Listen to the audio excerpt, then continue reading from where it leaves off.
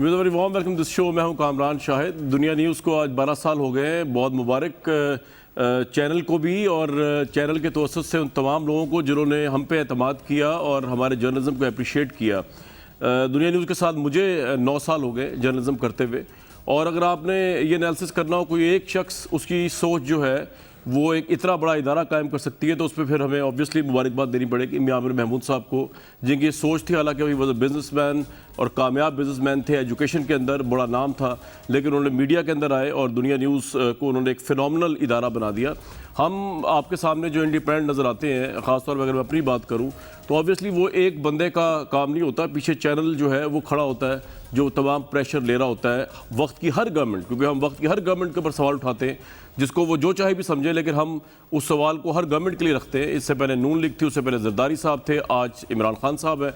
तो इसके अंदर जो प्रोग्राम की क्रेडिबिलिटी है उसमें चैनल की मैनेजमेंट का बहुत बड़ा रोल होता है कि वो कितना प्रेशर है, प्रेशर उन पे आता है, हम पे तो बहुत बाद में आता है जाके। तो मियां आमिर साहब ने प्रेशर बहुत लिया और लेते हैं, और यही जर्नलिज्म को सपोर्ट करने में उनका किरदार है। उनको बहुत ज़्यादा मुबारकबाद। नवीद काशिफ साहब को बहुत मुबारकबाद जिन्होंने सुपर्ब मैनेज किया हुआ इस चैनल को, और उन तमाम नाजरीन का जो हमें अप्रिशिएट करते हैं, देखते हैं और इस चैनल की व्यूअरशिप को बढ़ाते रहते हैं दिन रात। व्यूअर्स, पॉलिटिक्स पे अगर आऊँ तो मुझे अब तक ऑपोजिशन जलसों की समझ नहीं आई। इस तरह के जलसे, इस तरह के धरने इससे पहले हुए, उसका कोई मकसद हुआ करता था। इमरान खान साहब के धरनों को 122 दिन में मकसद ये नहीं कि नवाज शरीफ साहब की गवर्नमेंट को हटाने की कोई उनके पास सॉलिड रीज़न था, वो हर एक के पास होता है, लेकिन पीछे एक हमें नज़र आ रहा था कि कोई एक सपोर्ट सिस्टम चल रहा है, तो मीडिया में भी उसकी हाइप बनी हुई थी। इन जलसों का समझ नहीं आ रहा कि जलसे क्यों हो रहे हैं, इनसे क्या चेंज आएगी, इनसे क्या तब्दीली आएगी, कहाँ से गवर्नमेंट के पाँव उखड़े हैं, क्योंकि तासुर तो ये उभर रहा है कि जिन पे प्रेशर डालना चाह रहे हैं एस्टैब्लिशमेंट, वो तो और क्लोज होगी गवर्नमेंट के। तो ये एक बहुत अहम सवाल है जो आज के प्रोग्राम में मैं उठाऊंगा, और आज के मेरे 2 गेस्ट जो है वो भी बड़े इंपॉर्टेंट इस हवाले से। लेकिन उससे पहले जो लैंग्वेज अब यूज़ हो रही है जलसों के अंदर और उसके बाद हुकूमत की तरफ से, वो भी काबिल दीद है। मेरे साथ आज के जो 2 गेस्ट हैं, पहले आपको उनसे तारुफ करा दूँ, फैसल वाडा साहब और मियाँ जावेद लतीफ़ साहब। इन दोनों से आज हम बात करेंगे, जानने की कोशिश करेंगे कि ये जलसों का मौसम जिसने अवाम के इशूज़ को बहुत पीछे छोड़ दिया हुआ है, जिसने अवाम के इशूज़ को पार्लियामेंट से ही बाहर निकाल दिया हुआ है, जिसने पार्लियामेंट को भी डिफंक्शन कर दिया हुआ है, इनका मकसद क्या है, इनका करना क्या है, और हुकूमत इतनी बुखलाई हुई रिएक्शन क्यों देती है इन जलसों के ऊपर, जबकि हमें भी नज़र आ रहा है इन जलसों से कुछ होने वाला नहीं है। वाडा साहब, पहले तो मुझे आपके ट्वीट्स पढ़ रहा था, बड़े लोग, आप ये पता है आप अग्रेसिव है, लेकिन जिस तरह की लैंग्वेज यूज़ की गई, जैसे कि आपने कहा, मैं आपकी कोट करता हूँ आपका tweet, this triple C characterless corrupt criminal Maryam Nawaz should shut her filthy mouth and dare not utter a word against IK's deceased mother, otherwise we will also be forced to expose her doings. फिर आपने कहा, अगर इस चोर की बेटी चोरनी मरियम नवाज ने अपनी घटिया ज़बान, इसी का आपने उर्दू भी किया हुआ है, तो आज भी आपने सागदार के हवाले से भी कहा कि वो चोर साबित हो गया नवाज शरीफ, और ये हो गया और वो हो गया। तो इतनी सख्त लैंग्वेज, फैसल भाई क्या हो गया ऐसा? बहुत शुक्रिया कामरान साहब। देखिए कामरान साहब, सबसे पहले तो दुश्मन की भी माँ बहन बेटी जो है वो काबिल इज़्ज़त है, और इसको हम मानते भी हैं, इसी सोच से चले भी हैं, और इसी वजह से हमने अपनी ज़बानें बंद भी रखी हैं। लेकिन अगर मैं अपने मज़हब की और सोसाइटी की बात करूं तो वहाँ भी एक रेड लाइन है, और उसके बाद मेरे मज़हब में भी और मेरी सोसाइटी में भी और कल्चर में भी जो ख़वातीन हैं वो रेड लाइन क्रॉस कर जाए तो उसके लिए सज़ाएँ हैं। तो अगर आप किसी की, इमरान खान साहब तो लीडर हैं, हमारे सियासी वालिद की जगह रखते हैं, काबिल इज़्ज़त आदमी हैं, और वो मियाँ जावेद लतीफ़ साहब हों, आप हों, या कैमरामैन हो, या कोई साइकिल पे चलता हुआ आम आदमी हो, उसकी माँ हमारे लिए माँ है और बहन उसके लिए हमारी बड़ी अच्छी सोच है जी। लेकिन अगर आप कब्रिस्तान से माओं को उठाएंगे और वो खातून माजी का कैरेक्टर दाग है, जिसके ऊपर मुजरिम साबित हो चुकी है, कन्विक्टेड है, बेल पर है, ऑन द रन है, भागने की तैयारी में बाप की तरह, और भागते ही रहे हैं पूरा ख़ानदान सारी ज़िंदगी से, अगर वो इस तरह की गलाजत जो लोग दुनिया में नहीं रहे, और ख़ास तौर पर माँ जैसी शख्सियत जिसके ऊपर कोई बदनसीबी आदमी कमेंट कर सकता है, वो अगर ये लहजा और ये चीज़ अपनी डेस्परेशन में करेगी, तो हम फिर मजबूर होंगे कि ऐसी खातून या ख़वातीन जो भी इस किस्म की लिमिट क्रॉस करेगी, चाहे वो आदमी हो या औरत हो, फिर उसकी अपनी असली, क्योंकि अगर आप खुद सच्चे, सावित्रे, साफ़ सुथरे और माजी में या आज आपका कैरेक्टर दागदार ना होता तो फिर तो बात होती कि शायद इग्नोर कर जाता इस घटिया ज़बान को, लेकिन ये अब इग्नोर करने के काबिल नहीं है। और ये डेस्परेशन या औरत का जो फ़ायदा उठा रही है वो अब लिमिट से बाहर हो गया। और प्लस ये डेस्परेशन जो आप सोच रहे हैं, जो ज़बान इस्तेमाल हो रही है और थूक के चाटना, और ये अपने शौहर जो घर दमाद हैं कैप्टन सफदर साहब, उनसे तो बात कर सकती हैं, लेकिन आम आदमी से बात नहीं कर सकती। कि कोई भी गैरतमंद आदमी ये चीज़ बर्दाश्त ना आदमी से करेगा, ना औरत से करेगा, ना अपने किसी दुश्मन से, ना अपने किसी दोस्त से करेगा। अच्छा। मेरी आपकी बहुत अच्छी ताल्लुकात हैं मियाँ जावेद लतीफ़ साहब के साथ, इज़्ज़त वाले ताल्लुकात हैं, लेकिन एक रेड लाइन अच्छा फैसल भाई, मैं जरा वो क्लिप सुनवा दूं मरियम नवाज साहिबा का, आई थिंक जिसकी वजह से आप इतना ज़्यादा गुस्से में हैं, और ताकि व्यूअर्स को पता चले हम बात क्या कर रहे हैं। व्यूअर्स, मैं आपको बताऊं कि कल जो मुल्तान का जलसा हुआ उसके अंदर मरियम नवाज साहिबा ने जो गुफ्तगू की, जिसके बाद फैसल वाडा साहब का ये रिएक्शन आया, या गवर्नमेंट जो है इस बारे में ऑब्वियसली ऑफेंड हुई हुई है, वो क्या है ज़रा वो सुन लीजिए ताकि एनालिसिस करने में आसानी हो कि क्या जो बात फैसल वाडा साहब कर रहे हैं उसमें सब्सटेंस है, वेट है, या ये वेट नहीं है, ये वैसी बायस्ड एनालिसिस कर रहे हैं कि मरियम नवाज साहिबा को उन्होंने दागदार, झूठी, चोरनी, मुजरिम, घटिया ज़बान वाली, घर दमाद रखा हुआ है, ये तमाम तर अल्फाज कह दिए। तो जी सुनवाएं मरियम नवाज साहिबा ने कल क्या कहा। जिला वतनी के दौर में मेरे दादा का इंतकाल हुआ तो वहां से मेरे वालिद को यहाँ पाकिस्तान आके जनाजा पढ़ने की इजाजत नहीं दी गई। जब मेरी माँ वहां पर जान दे रही थी तो उसका 50 साला रफीक यहाँ पर जेल काट रहा था।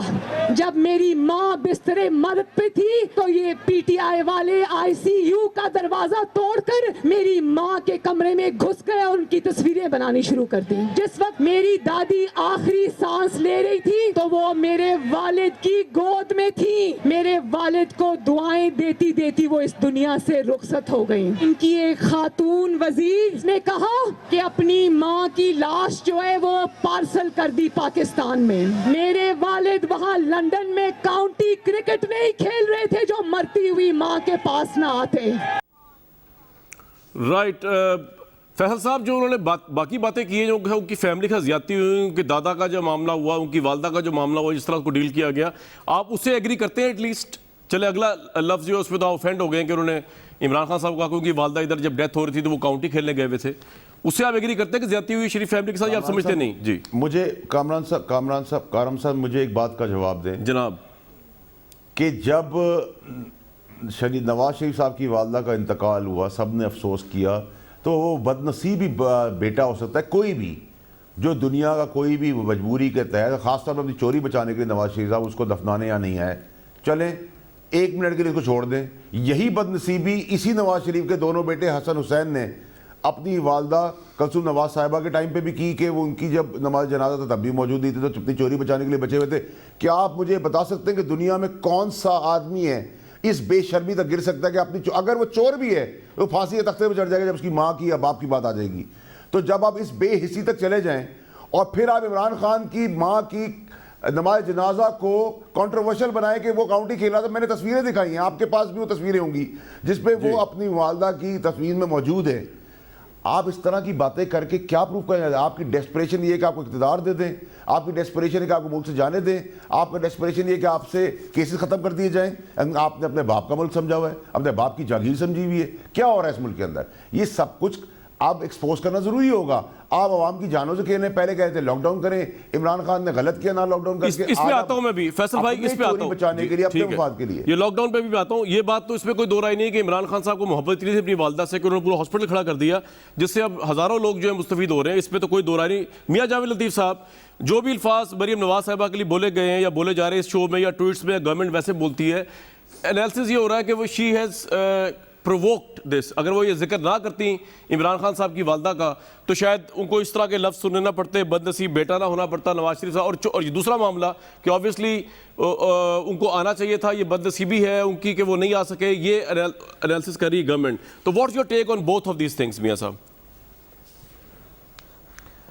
कामरान, पहली बात तो ये है कि ये मेरा एक अच्छा तल्लुक़ है फैसल वाडा साहब से, मगर जो गुफ्तगू फरमा रहे हैं बड़े दुख से मुझे कहना पड़ रहा है कि मैं सुन रहा हूँ, मगर मैं ये कह रहा हूँ कि पाकिस्तान के अंदर बीमारी असल है क्या?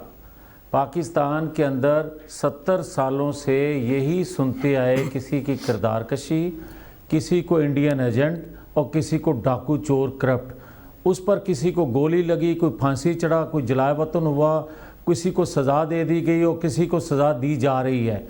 मगर पाकिस्तान के अंदर अगर यही चूर्ण बिकता रहेगा, किसी की किरदार कशी का और किसी को आप इंडियन एजेंट कह के और किसी को करप्ट कह के, ये मेडिसिन अब उस मरीज़ पर असर नहीं कर रही।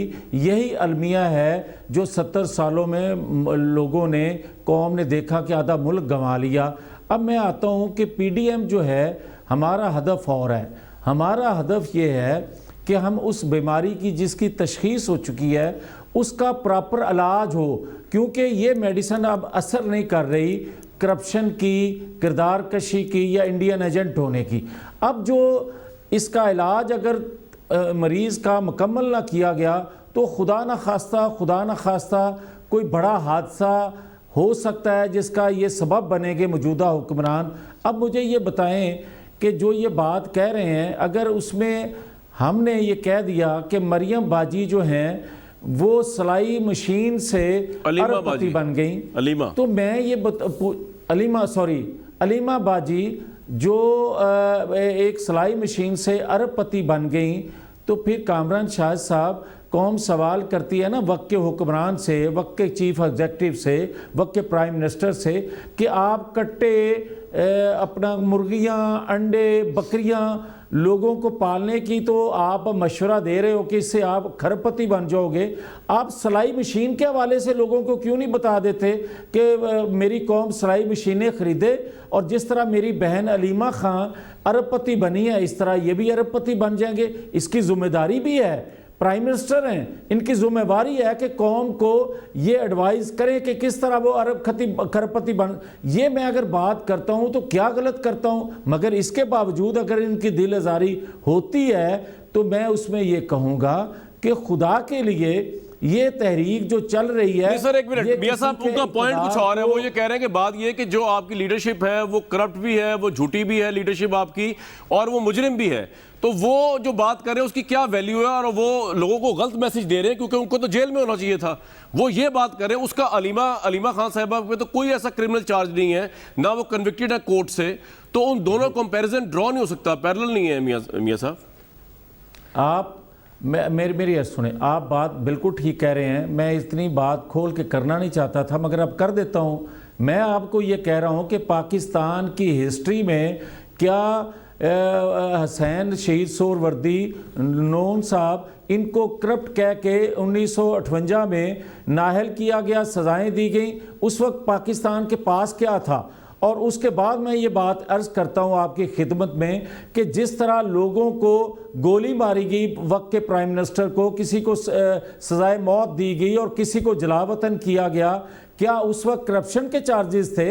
मैं यही तो आपसे पूछना चाहता हूं कि आप एक के लिए कानून और बनाते हो, जिसको आप सज़ा देना चाहते हो बकौल आज के वज़ीरे दाखिला के ब्रिगेडियर एजाज शाह के, बकौल आज के पंजाब असम्बली के स्पीकर के, बकौल आज के वज़रा के, कि जनाब अगर 3-4 लोगों की बात मान ली जाए तो नवाज शरीफ प्राइम मिनिस्टर, तो फिर मैं अलीमा बाजी का क्यों ना जिक्र करूं कि एक जगह से सज़ा दी जाती है जहांगीर तरीन को, अरशद मलिक के ज़रिए नवाज शरीफ को, और किसी को 62-63 पर पूरा उतरने का सादक और अमीन का सर्टिफिकेट दे दिया। अब मैं आपको एक बात बताऊं, जबकि चार्जेस तीनों के एक हैं। ठीक है सर, पॉइंट ये है कि एक तो बात ये है कि सुप्रीम कोर्ट ऑफ पाकिस्तान ने फैसले किए सारे।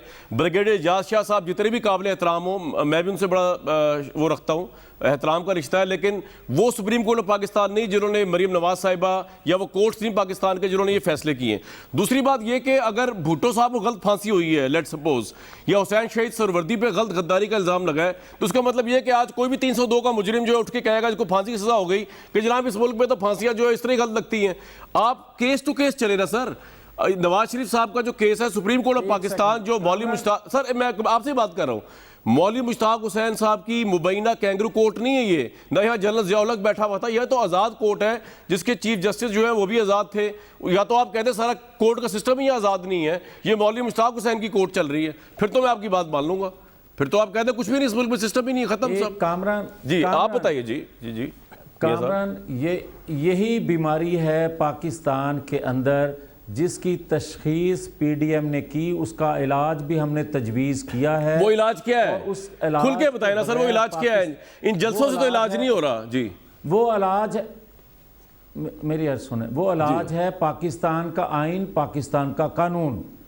इसका इलाज इसी में है, इसके बगैर इसका अब चलना, इसका बगैर इसका इलाज मुमकिन होना, अब वो मेडिसिन काम नहीं कर रही हैं। नहीं सर, लेकिन मैं मियां साहब मैं ये पूछ रहा हूँ कि आप इलाज कर क्या रहे हैं? मतलब वो क्या इलाज है? ये जलसे आज होते हैं कल खत्म, अब आप 13 दिसंबर जलसा करें कल खत्म, उसका होगा क्या? उसका हल क्या है? वो क्या इलाज है जो इफेक्टिव होगा? जी एक तो इलाज ये है कि आइन कानून पर अमल होगा तो पाकिस्तान का आइन जो लिखता है कि किसी हुकूमत को घर भेजने का तरीकाकार अदम एतमाद, वो मुमकिन हो सकेगा।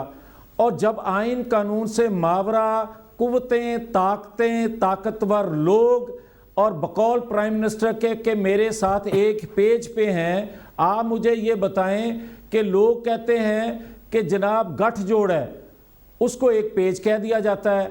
और जब तक ये एक पेज रहेगा तो आइन कानून पर अमलदारी मुमकिन पॉइंट आ गया जी नहीं है। आपका, लेकिन फिर मुझे ये समझ नहीं आएगी कि गठजोड़ है क्या? मुझे समझ नहीं, ये पूछूंगा वाडा साहब आपका क्या गठजोड़ है जिसको ये अटैक करने के लिए जलसे कर रहे हैं और अटैक करने के लिए कह रहे हैं बीमारी इतनी फैल गई है उसको दूर कर रहा है? आपका क्या गठजोड़ है इदारों के साथ, जरा वो बताएं,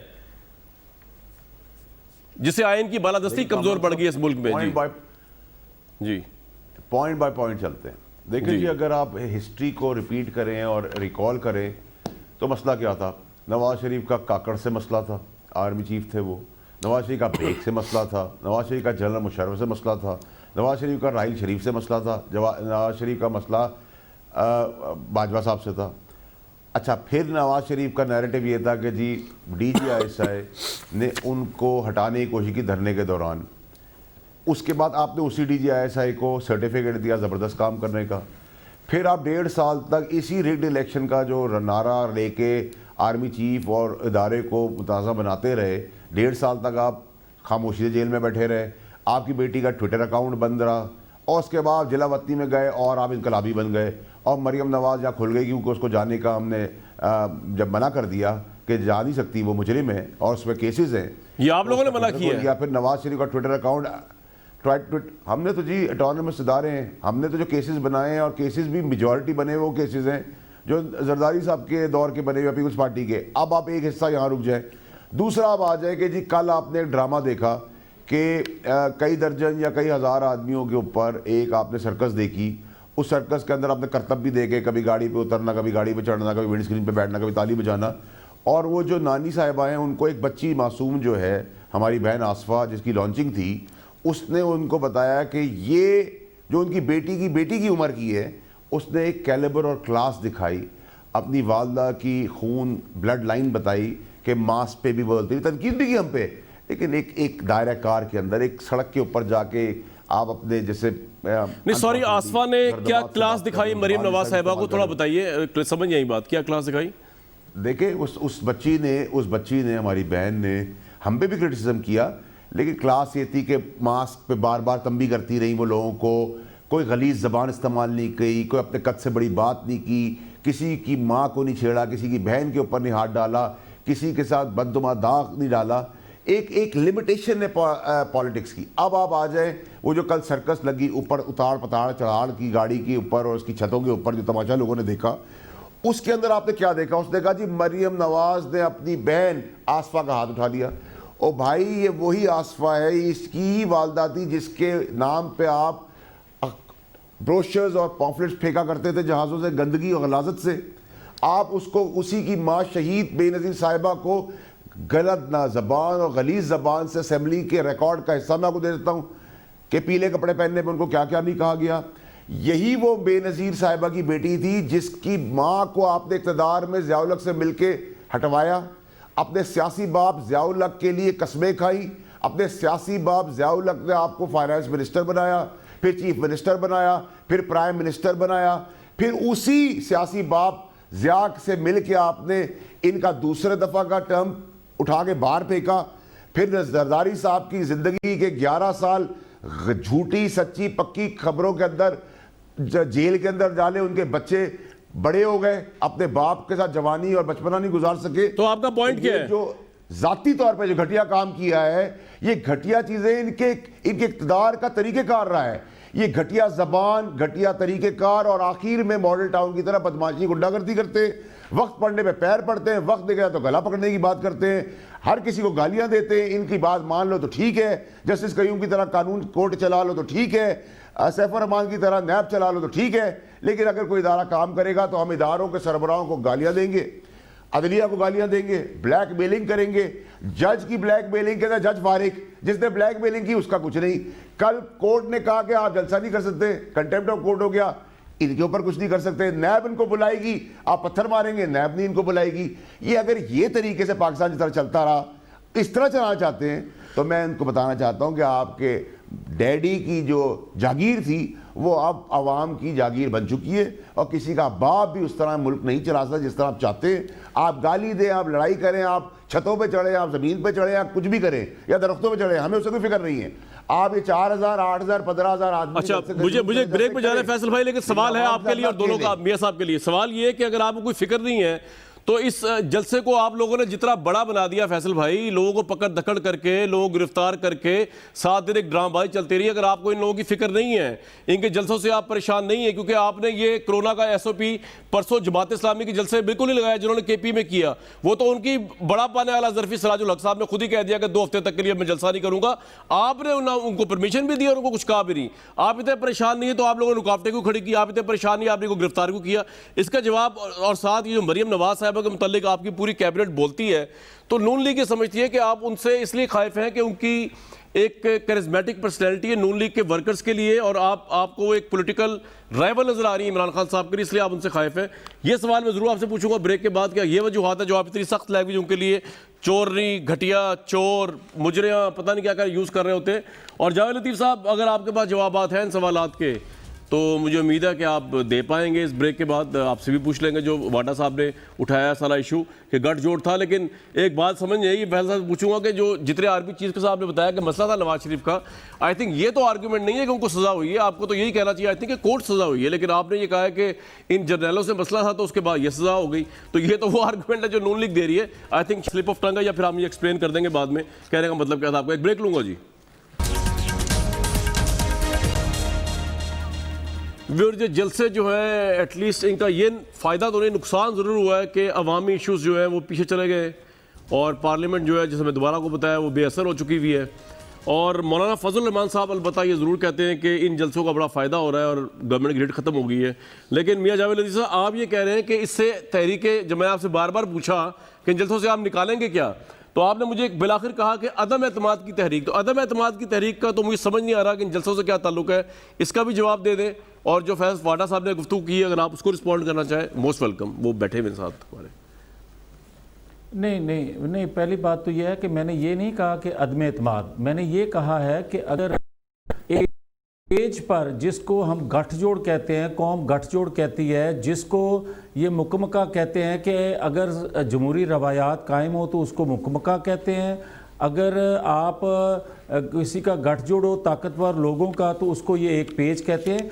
मैं कहता हूँ कि अगर ये एक पेज फट जाए तो फिर हर चीज़ आइन कानून के मुताबिक हो तो किसी हुकूमत से जान छुड़ाने का। तो मियां साहब मुझे एक बात बताएं ना कि ये इन जलसों से जो है वो आप जो कह रहे हैं कि फौज का और जो अलायंस है गवर्नमेंट के साथ, जो वो गवर्नमेंट को सपोर्ट कर रहे हैं, वो किस तरह फटेगा पेज और वो किस तरह टूटेगा आपके इन जलसों से? जरा ये समझाएं अवाम को, ताकि वो भी जानों पर खेल के अवाम आ रही है ना, कोरोना पे आप भी जानों पर खेल के जा रहे हैं, अवाम भी आ रही है, तो कोई फायदा नजर आए तो फिर तो बात भी है पॉलिटिकल। जी अगर इजाज़त दें जी सर, आपसे तो मैं आपकी खिदमत में अर्ज करने की जसारत कर रहा हूँ। हुक्म कि पहला सवाल ये था कि इनका मसला है, मैं कहता हूँ हमारा अगर मसला है तो जो मैं नाम लेने लगा हूँ उनसे किसका मसला था? मुझे ये बताएं, लियाकत अली खान जो प्राइम मिनिस्टर थे उनको गोली कैसे लगी और उनकी वो साजिश आज तक बेनकाब क्यों नहीं हुई? मुझे ये बताएं, मोहतरमा फातिमा जना को इंडियन एजेंट कहा गया, क्यों कहा गया और किन मकासद के लिए कहा गया? मुझे ये बताएं कि जनेजो साहब को क्या मसला था इनके लाए हुए थे, तो फिर मुझे ये बताएं कि जुल्फ़िकार अली भुट्टो को क्या मसला था, फांसी पे चढ़ गए। मुझे ये बताएं कि मोहतरमा बेनज़ीर भुट्टो को क्या मसला था, गोली की भीड़ चढ़ गई। मुझे ये बताएं कि नवाज शरीफ को जलावतन कर दिया गया हाईजैकर बनाकर। मुझे ये बताएं कि पाकिस्तान नहीं, दुनिया की तारीख में कोई मिसाल ऐसी मिलती है कि हाईजैकर ज़मीन पे हो और त्यारा आसमान से अगवा हो और उस पर भी सज़ा दे दी जाए। मेरा मसला और है, मेरा मसला ये है कि आप जस्टिस मौलवी मुश्ताक साहब के बाद क्या ये तज़किरा करेंगे, जिक्र करेंगे कि नवाज शरीफ को 20 साल बाद बताएंगे आपके अरशद मलिक ने किसके कहने पर क्यों सज़ा दी गई। मैं ये आपसे कहना चाहता हूं कि अगर आपको वुज़रा की बातें पसंद नहीं आ रही या वो क्रेडिबल नहीं है, तो फिर मैं आपसे कामरान पूछता हूं कि फिर मुझे ये बता दें कि अरशद मलिक के अलावा जस्टिस शौकत सिद्दीकी साहब ने क्या कहा। मुझे ये बताएं बशीर मेमन DG FIA ने क्या कहा। फिर मुझे ये बताएं कि मौलाना गफूर हैदरी साहब ने जो इंकशाफात किए उस पर क्यों नहीं बात होती। फिर ये बात करते हैं कि इनको जस्टिस मियां साहब, बात ये आपकी ये सारी बातें, अगर ये आपकी सारी बातें सही भी हो, एक सेकंड जी चलें, पूछे एक सेकंड। फिर मैं ये सवाल करता हूं फैसल साहब से कि मुझे कोई बताए तो सही काजी फायज ईसा साहब से क्या मसला था। फिर मुझे ये बताएं कि अगर ये कहते हैं कि मुल्तान में एक सर्कस लगी, फिर मैं ये कहने में हक बजानिब हूं कि 126 दिन रात जो कुछ इस्लामाबाद में होता रहा उसको क्या आप नाम दोगे।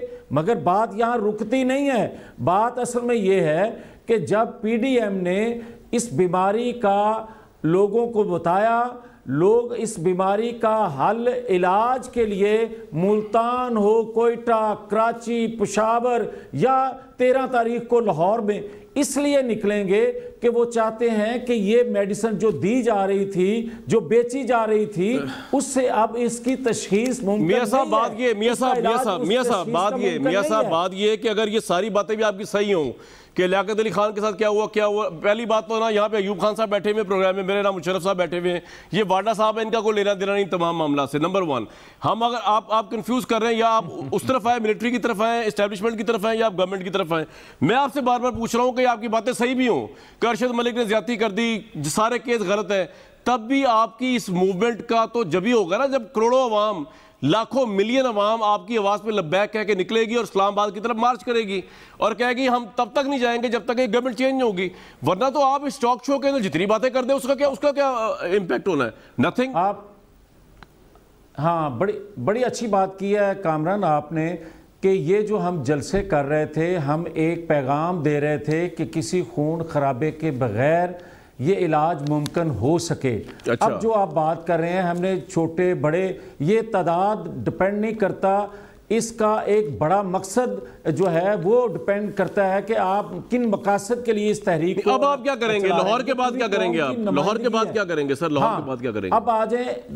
अब आ जाएं कि 8 दिसंबर को PDM की जो क़यादत है उनका एक मशावरती इजलास हो रहा है, उसमें हम डिसाइड करेंगे और 13 तारीख जो दिसंबर 13 लाहौर का जलसा है उसमें हम फाइनल राउंड का ऐलान करेंगे। वो फाइनल राउंड क्या लॉन्ग मार्च होगा? वो क्या होगा वो फाइनल राउंड? अच्छा ठीक है, अब आ गया आपका पॉइंट। फैसल भाई, फैसल साहब ठीक है, अब मैं दोबारा आऊंगा मियां साहब, एक मिनट। फैसल साहब, 2 सवाल है आपसे। एक तो मैंने वो पूछा कि मरियम नवाज साहिबा से कि आपकी हुकूमत डरती है और उनकी पॉपुलैरिटी से पॉलिटिकल नंबर 1 जो आपने इतना उनको टारगेट हद में तनकीद बनाया हुआ है, और दूसरा ये कि ये बात बाकी बातें छोड़े, वो कह रहे हैं अगर ये लॉन्ग मार्च लेके कोई मौलाना फजल रहमान तो बहुत एडमेंट है, वो तो आज भी कह रहे थे मुल्तान में बैठ के कि हिट ऑफ द गवर्नमेंट खत्म हो चुकी है, धरना देने पहुंच जाए तो फिर आपके लिए तो बड़ा प्रॉब्लम नहीं हो जाएगा? किस तरह टैकल करेंगे उसको? आप तो मुल्तान जलसा पंजाब गवर्नमेंट टैकल नहीं कर सकी सही तरह। जी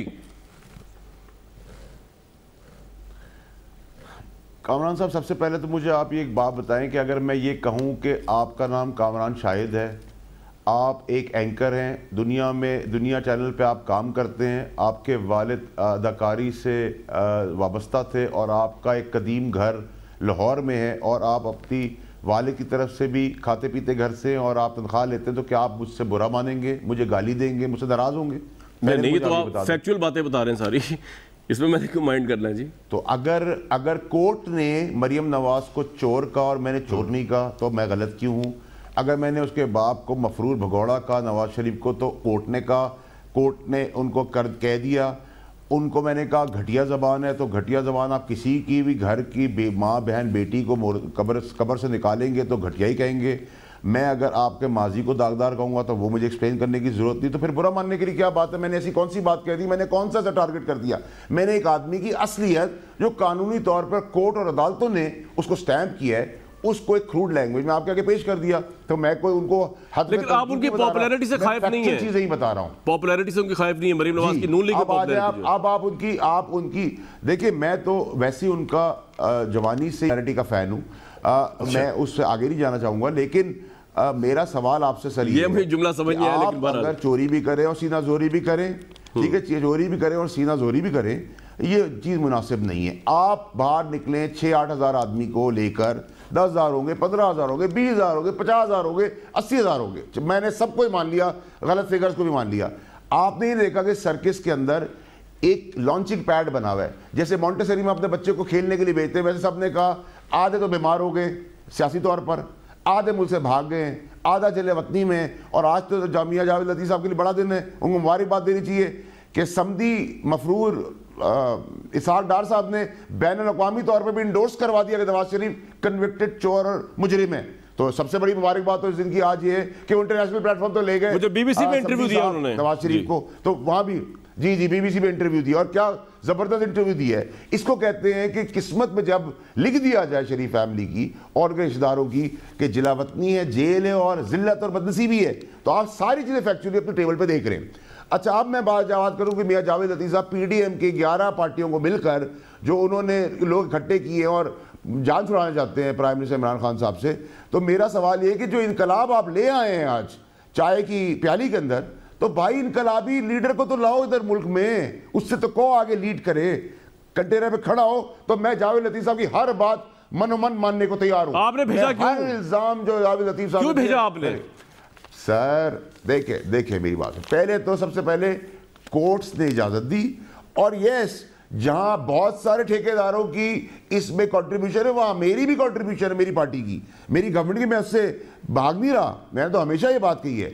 लेकिन मैं जावेद लतीफ़ साहब से कहता हूं कि आज मैं आपके प्लेटफॉर्म से कह रहा हूं कि मैं हर चीज उनकी एक्सेप्ट करूंगा जिस दिन नवाज, ठीक है, पॉइंट, ये इस पॉइंट का जवाब आप ये बताएं। जी क्या बताएं? एक मिनट जी, और कामरान शाह साहब, इतनी तकादौड़ करने की जरूरत क्या है कि आप जल्द से कर रहे, ख्वार हो रहे, जलील हो रहे, छतों पे चढ़ रहे, दरवाजे ले रहे, पीछे पकड़े, इधर आगे पकड़ रहे, हाथ गिर रहे, लोग रो रहे, खटपट हो रही है। आप सुबह इस्तीफा दे, सिंध गवर्नमेंट हो गए इस्तीफा दे, और हमें चलता करे। क्या बात है? मैं आपको पॉइंट आ गया जी। एक मिनट अब ये ड्रामे ना करें। ये अब मैं ब्रेक लूंगा, ब्रेक के बाद मैं पूछूंगा भाई ये जिल्लत से क्यों गुजर रही है ऑपोजिशन, ये जिल्लत और बदनसीबी से क्यों गुजर रहे हैं आप? निकले इससे बाहर और जवाब दें। एक ब्रेक।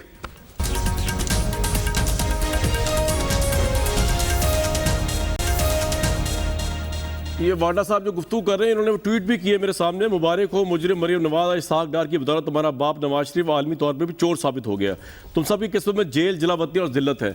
मियाँ साहब, तो इस जिल्लत से निकलने का तरीका जो है पीडीएम के पास कोई है या नहीं है, या जैसे वो कह रहे हैं कि आप इस्तीफे दिलवा दें सिंध गवर्नमेंट? पहले तो कामरान, पहले तो बात यह है कि हमारा सीना तान के हम जेलों में भी जा रहे हैं, हम सर ऊंचा उठा के कौम में भी खड़े हैं कि हमने पाकिस्तान के आइन कानून की बालादस्ती और गरीबों से जो ये हाल कर रहे हैं महंगाई में, उससे इनसे जान छुड़ाने के लिए हम अपना एक रोल अदा कर रहे हैं। मगर मैं किसी तौर पर भी फैसल जैसी ज़बान इस्तेमाल करने का तसव्वुर नहीं कर सकता। मैं इनके लीडर जैसा ज़बान जो घटिया है वो इस्तेमाल करते हैं और आगे ट्रेनिंग जो देते हैं, वो मैं उस तरह उस सतह पर जाने का सोच भी नहीं सकता। मैं ये ज़रूर कहूँगा कि इक़्तिदार में आने से पहले नवाज शरीफ, एक सेकंड, नवाज शरीफ इक़्तिदार में आने से पहले एक बड़े सनतकार का बेटा था।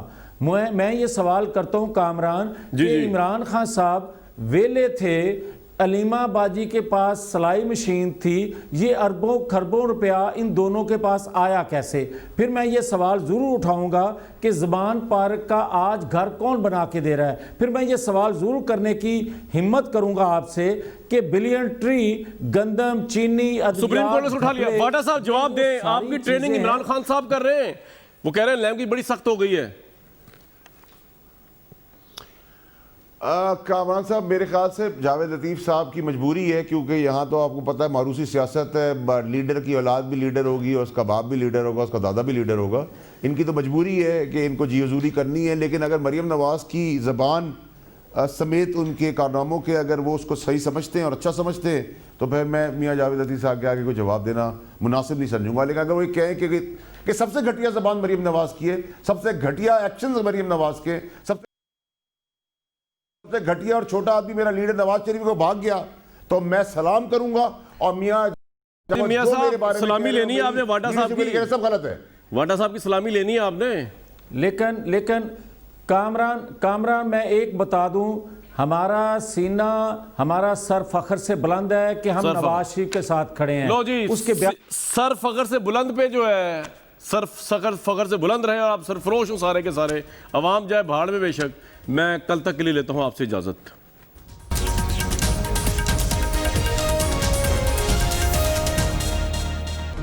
Hi, it's Sayyeda Shanaz here. Thank you for watching Dunia News. For more videos and updates, don't forget to click the subscribe button. Keep watching Dunia News.